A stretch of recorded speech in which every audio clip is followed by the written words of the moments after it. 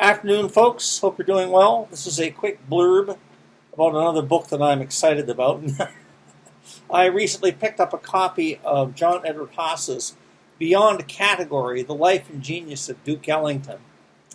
I have for a long time, for most of my life, I've been quite a fan of Duke Ellington's music. And when I was out shopping a few days ago, I was able to score myself this as a free copy of this book, and at a local pantry.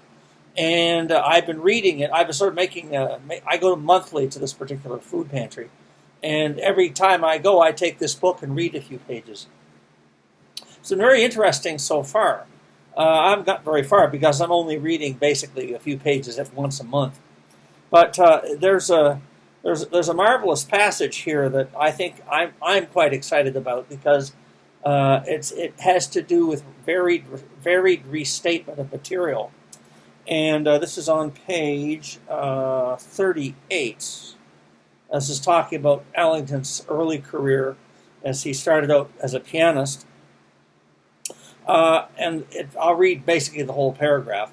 So the more he played, the more numbers he needed, but he being Ellington. But he knew very few, so again, out of necessity, he learned a lesson he would build on all his life. Taking Soda Fountain Rag, a less completed composition than a structure for improvisation, he changed the beat and tempo, played it as a one-step, a two-step, a foxtrot, tango, and even as a waltz. His unsuspecting listeners thought he had a real repertoire.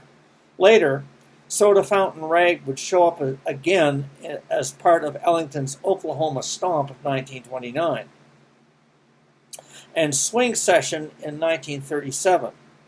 Another piece he created about 1914 called Bitch's Ball and would reappear in 1943 as part of Black, Beige, and Brown.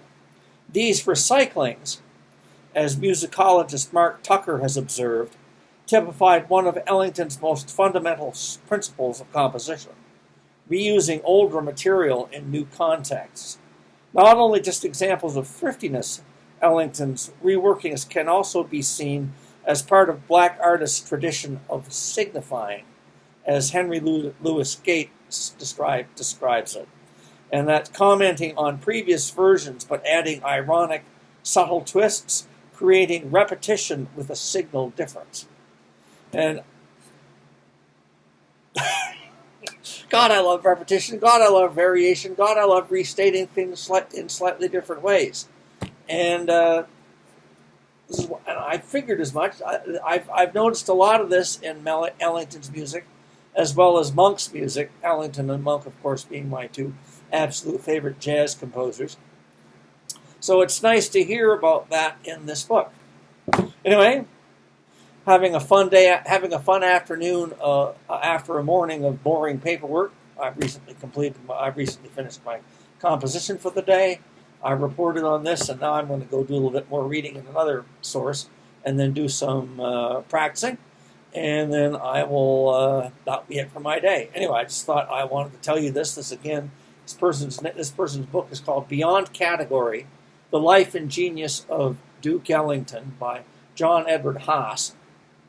And it's fun to get little reminders and reassurances that repetition, varied repetition, altered restatements can really work in a whole lot of styles. See you later.